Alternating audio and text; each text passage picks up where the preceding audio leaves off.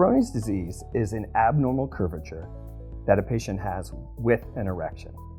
Now, many patients may have a curvature that they've had since birth, a slight curvature one way or the other. Those are not true Peyronie's disease. Those curvatures, even present since birth, can be problematic at times, but a true Peyronie's disease is something that is acquired or comes on as patients of age, and it causes discomfort or changes with sexual activity. Peyronie's disease is caused by many things. However, we used to tell patients that we always assumed it was something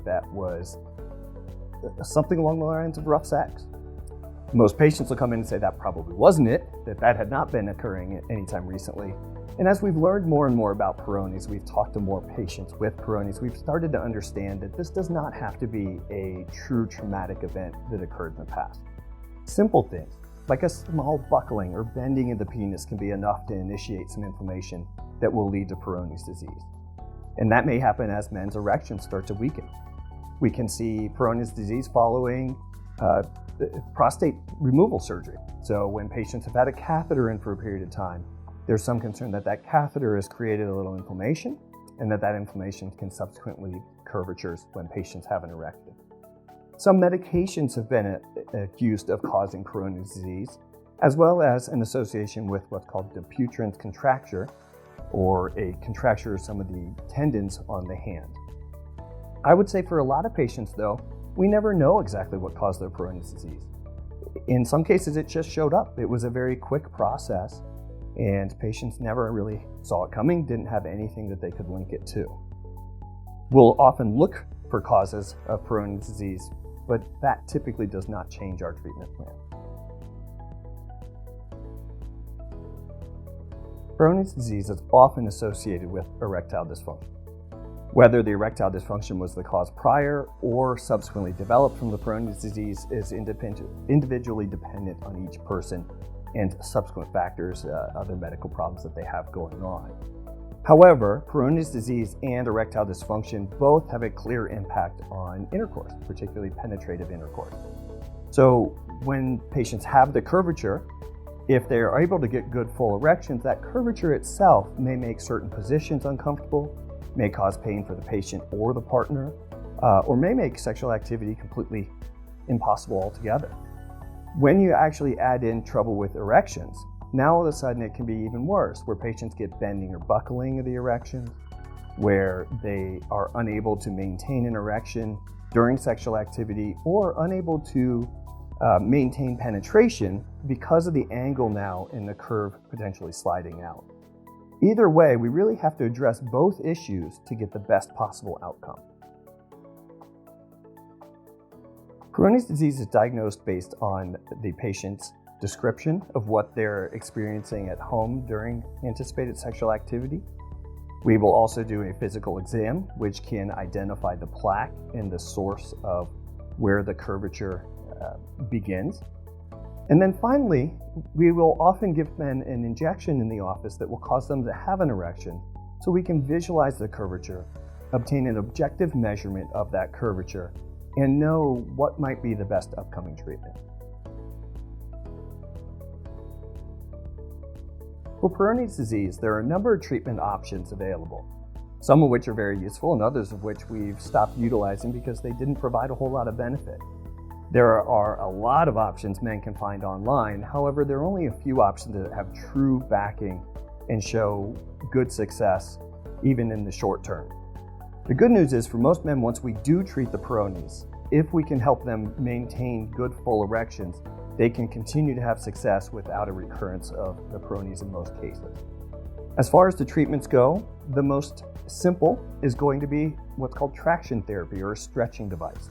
These are devices that are placed over the penis, ideally utilized for at least an hour a day, and it's a slow process that slowly stretches to change the curvature, hopefully even regain length for patient. That process needs to be done for 6, 12, 18 months to really get the best benefit. Unfortunately, there's no creams or pills that'll truly get the curve to go away. So beyond the stretching devices, we start to look at injections into the scar. The injections are done to try to break down that scar. There's a couple different medications out there, some that are utilized a little bit more than others. But those medications are meant to actually fracture the scar to allow more flexibility back to minimize the curvature. Beyond that, most of the options are going to be surgical. And there are surgical options where we'll go in and actually cut the scar and place a graft in place. There are surgical options where we'll even just tighten up the other side of the penis so that the scar isn't removed, but is counteracted to pull everything back straight. And finally, for some men, particularly with significant erectile problems, placement of a penile prosthetic can solve both the Peyronie's disease as well as the erectile dysfunction. Determining the right Peyronie's disease treatment is something that comes with experience. It is a process of looking at how much bother does the Peyronie's disease cause, what kind of associated erectile problems are present as well, what are the other medical conditions that patients have that may subsequently cause problems in the future or change if we were to pursue a surgical option. Additionally, it's very beneficial to have a true assessment of what the curvature looks like in real time, and that can be obtained with pictures from home. But I think for many of us that specialize in this area, we like to actually see the erection in the office, have a better idea of what the curvature is like. Maybe someday with 3D imaging, we won't have to use in-office evaluation quite as much. At times, we will look at a penile Doppler ultrasound to check blood flow and assess whether that can be compromised depending on the type of procedure we'd look at.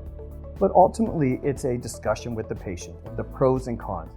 What's the benefit of cutting the scar and putting a graft in? And what's the negative aspect of that? How much might it impact the erection? And trying to come up with a process so that we're giving the patients the best chance of improving the curvature with the least risk to worsening the erections or causing numbness or subsequent problems. For some men, there are no consequences of not treating Peyronie's disease. In fact, for some men, the curvature is present, it cosmetically changes things, but if it's not causing pain for themselves or their partners, it's not interfering with sexual activity, it may be something where we actually elect to not treat the Peyronie's disease. However, for a lot of men, not treating the Peyronie's disease either weighs on them psychologically and at times physically. Physically, where they notice they're not getting as frequent erections, they're not encouraged to have sexual activity quite as much, and therefore blood flow changes may begin to occur coming into the penis. The consequences, though, of treating Peyronie's are going to be individualized, and we really need to see the curvature, understand the patient's scenario.